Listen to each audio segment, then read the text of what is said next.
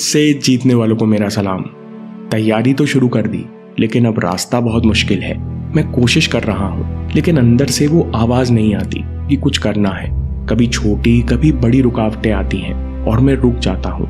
ये होता है कमिटमेंट में दरार के कारण। मुसाशी कहते हैं, warrior stands on the edge of commitment. योद्धा कमिटमेंट की कगार पर खड़े होता है। वो बिना संकोच के, पूरी शक्ति से, पूरी एकाग्रता से लड़ने के लिए तैयार है, कमिटेड है, प्रतिबद्ध है। एज ऑफ कमिटमेंट का मतलब है कि युद्ध कितना भी दुष्कर हो, वो हारना तो जानता ही नहीं। या तो जीतेगा या अमर हो जाएगा। वो निसंकोच होकर युद्ध करने को प्रतिबद्ध है। इसे कहते हैं अनवेवरिंग कमिटमेंट। लक्ष्य के लिए अटूट प्रतिबद्धता कैसे पैदा होती है? हम मियामोटो मुसाशी के 6 नियम देखते हैं, लेकिन उससे पहले एक बेसिक सा सवाल, हमें मियामोटो मुसाशी से क्यों सीखना चाहिए? आज से 450 साल पहले जन्मे योद्धा, दार्शनिक और सामुराई मियामोटो मुसाशी को आज भी जापान का महानतम योद्धा माना जाता है। पिता की मृत्यु के बाद मां ने दूसरी शादी की तो 8 साल के मुसाशी को घर छोड़ना पड़ा। वे एक सामुराई सेंसे के पास जाकर युद्ध कला सीखने लगे। वे दिन ब दिन बेहतर होते जा रहे थे। वहां जलन के कारण एक 25 साल के योद्धा ने 13 साल के मुसाशी को इक्का लड़ाई के लिए चैलेंज किया। उस समय इक्का लड़ाई जानलेवा भी हो सकती थी, लेकिन 13 साल के छोटे से मुसाशी ने कुछ ही देर में मुकाबला खत्म कर दिया। फिर 15 साल की उम्र में वे अकेले देश भ्रमण पर निकल गए।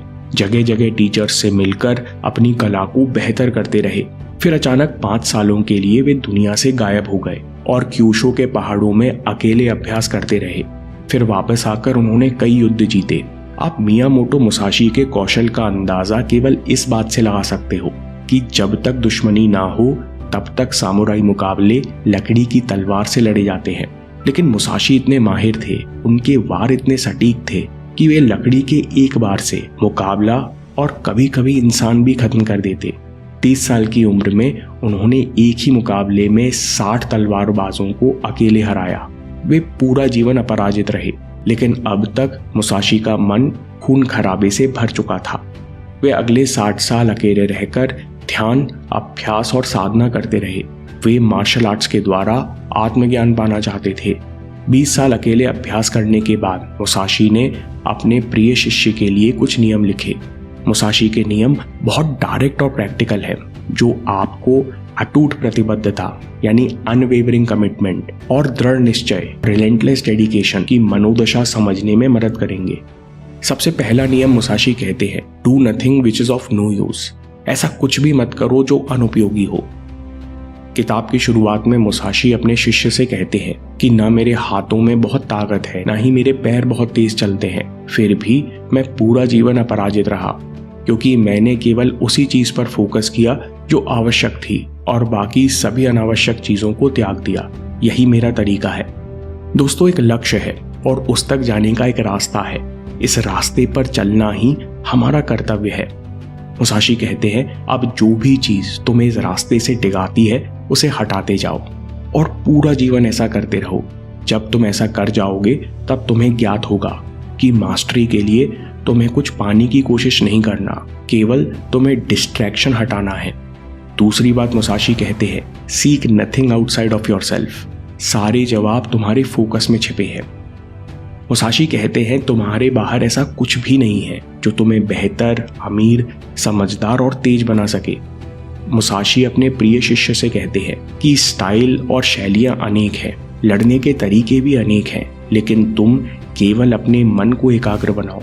दोस्तों, हम जितने भी शॉर्टकट्स, ट्रिक्स बाहर ढूंढ रहे हैं, उन सब का मूल तत्व यानी फोकस हमारे अंदर ही है। दोस्तों, हमारे साथ भी यही होता है। हमको लगता है कि ये वाली किताब अच्छी नहीं है, दूसरी लानी चाहिए। ये नोट्स अधूरे हैं, दूसरे ट्राई करते हैं। लेकिन दूसरे नोट से भी दिक्कत नहीं जाती, क्योंकि कोई किताब आपको बेहतरीन नहीं बना रही। आपके कंसंट्रेशन का क्या लेवल है, आप उसे कैसे पढ़ रहे हो, सिर्फ ये चीज आपको बेहतरीन बनाती है। चाहे वो पोमोडोरो टेक्निक हो या जर्नल राइटिंग या विजुअलाइजेशन, ये सारी चीजें आपको कंसंट्रेशन, इमेजिनेशन, विल पावर का बेहतर उपयोग करना सिखाती हैं, जिस कारण मास्टरी प्रकट होती है। इसलिए मुसाशी कहते हैं, लगातार ध्यान, कल्पना शक्ति और अलर्टनेस को बेहतर बनाओ। कमिटमेंट के लिए अगली बात मुसाशी कहते हैं, कभी दुखी होकर लॉन्ग टर्म डिसीजंस मत लो। जब आप नेगेटिव इमोशनल स्टेट में होते हो तब आप कंफर्ट जोन में चले जाते हो। उस समय आप जो भी डिसीजन लेते हो अपनी कमजोरियों को उनका आधार बनाकर लेते हो कि मैं तो इतना ही कर सकता हूँ, इससे ज्यादा करने की मेरे अंदर क्षमता नहीं। इसका मतलब है कि आप चिंता या डर में जो भी डिसीजन लेंगे वो आपकी काबिलियत से बहुत कम के होंगे। ये डिसीजंस कभी आपको चैलेंज नहीं कर पाएंगे, यानी आप कभी अपनी क्षमताओं को विकसित नहीं कर पाओगे। आपने देखा होगा जब आप बहुत समय तक नेगेटिव मेंटल स्टेट में होते हो आप तभी हार मानते हो, तभी आसान रास्ता चुनते हो। इसलिए जीवन के सबसे जरूरी डिसीजन लेते समय सचेत रहो कि कहीं मैं कमजोरी में या दुखी होकर फैसला तो नहीं कर रहा। मुसाशी का चौथा नियम है, do not seek pleasure for its own सेक। केवल मजे के लिए कुछ भी मत करो। कोई नई वेब सीरीज आई, मार्वल डीसी का ट्रेलर आया और हम उसे देखने के लिए बेचैन हो गए क्योंकि हम भूल गए कि असल में मायने क्या रखता है। दोस्त के हाथ में नया मोबाइल देखा, साथ में कोई फ्रेंड देखी तो हम भी कल्पना में खो गए क्योंकि मन की आदत हो गई है केवल मजे के पीछे भागने की। मुसाशी कहते हैं कि ऐसा मन बहुत कमजोर होता है। छोटे छोटे मजे के लिए इधर उधर भटकने वाला मन बहुत जल्दी थकता है और कमजोर महसूस करता है। मन इस थकान में कभी एक बड़े लक्ष्य के लिए कमिट नहीं कर सकता और आपको हमेशा लगता रहेगा कि ये सब तो मैं कर रहा हूँ लेकिन फिर भी कुछ कमी है, अंदर कुछ अधूरापन है। इसलिए मेडिटेशंस में मार्कस ऑरेलियस कहते हैं, हर दिन खुद से पूछो, क्या मेरा जन्म छोटे छोटे मजे के पीछे भागने के लिए हुआ है? क्या मैं अपनी पूरी जिंदगी बस यूं ही गंवा दूं या किसी एक उद्देश्य के प्रति अपनी ऊर्जा केंद्रित करूं? चाहे वो पेंटिंग करना हो, पढ़ना या मार्शल आर्ट्स करना। जब हम किसी एक सार्थक अभ्यास पर या किसी एक लक्ष्य पर ध्यान केंद्रित करते हैं तो मन शांत हो जाता है और वहीं आनंद महसूस होने लगता है। मजे से गहरा अनुभव है खुशी और खुशी से गहरा अनुभव है आनंद। गहरा अनुभव मन को शांति और संतुष्टि से भरता है। ऐसा मन ही हार जीत की चिंता छोड़कर लक्ष्य के लिए प्रतिबद्ध हो सकता है। इसलिए अगली बार कुछ करने जाओ तो खुद से पूछो, क्या मैं सिर्फ मजे के लिए कर रहा हूँ? इस काम के पीछे सार्थक उद्देश्य क्या है? फिर उस उद्देश्य पे और उस अभ्यास पे ध्यान लगाओ। जब मन शांत होगा तो अपने आप बाकी सारी उलझनें दूर हो जाएंगी। रिलेंटलेस डेडिकेशन के लिए मुसाशी अगला नियम कहते हैं, तुम वैसा ही लड़ सकते हो जैसा तुम अभ्यास करते हो। You can only fight the way you practice. Musashi कहते हैं कि तुम आज जितनी मानसिक ऊर्जा का इस्तेमाल करोगे, आज तुम जितना अलर्ट रहोगे, आज तुम जितना मन को शांत रखोगे, उतना ही तुम युद्ध के दिन कर पाओगे। इसलिए आज ही अपने अभ्यास में इंटेंसिटी पैदा करो। दूसरे कोट में मुसाशी कहते हैं, आज और अभी खुद से जीतो, कल तुम अपने आप दूसरों से जीत जाओगे। अगली बात मुसाशी कहते हैं, practice constantly and achieve the spirit of warrior. Musashi कहते हैं कि निरंतर अभ्यास करते करते वॉरियर की भावना से जुड़ो। मुसाशी आगे कहते हैं कि योद्धा की नकल मत करो, बल्कि योद्धा के आंतरिक लक्ष्य को समझो। एक बार वो समझ गए तो हमेशा योद्धा की भावना से जुड़े रहोगे और योद्धा बन जाओगे। एक सच्चा योद्धा क्या चाहता है? एक सच्चा योद्धा डर और गर्व को जीतना चाहता है क्योंकि वो जानता है कि इनके मिटने से ही मन एकाग्र होता है और शरीर अपने आप युद्ध करता है। योद्धा का लक्ष्य हमेशा खुद को जीतना होता है, इसलिए वो हर दिन निरंतर अभ्यास करता है। दोस्तों, उसी तरह आपको विराट कोहली का डेली रूटीन या डाइट प्लान से ज्यादा उसका माइंडसेट समझने की जरूरत है कि वो किस तीव्र भावना से, किस इंटेंशन से प्रैक्टिस करते हैं। एक इंटरव्यू में विराट कोहली कहते हैं कि अगर मैं फील्ड पर 1% भी बेहतर कर सकता हूँ, फिट रहने की वजह से एक कैच भी ज्यादा पकड़ सकता हूँ, तो उसके लिए मैं 365 दिन कष्ट सहन करने के लिए तैयार हूँ। और ये सब करके मैं खुश हूँ क्योंकि मैं अपने देश के लिए, अपनी टीम के लिए कोई कसर नहीं छोड़ना चाहता। ये मेरा कमिटमेंट है। दोस्तों, आपके लिए 1% बेहतर होना कितना मायने रखता है? हर दिन थोड़ा सा बेहतर होना आपके भविष्य, आपके परिवार के लिए कितना मायने रखता है? हर दिन इस भावना से जुड़ो और अभ्यास करो। इसलिए मुसाशी कहते हैं, practice constantly and achieve the spirit of the warrior.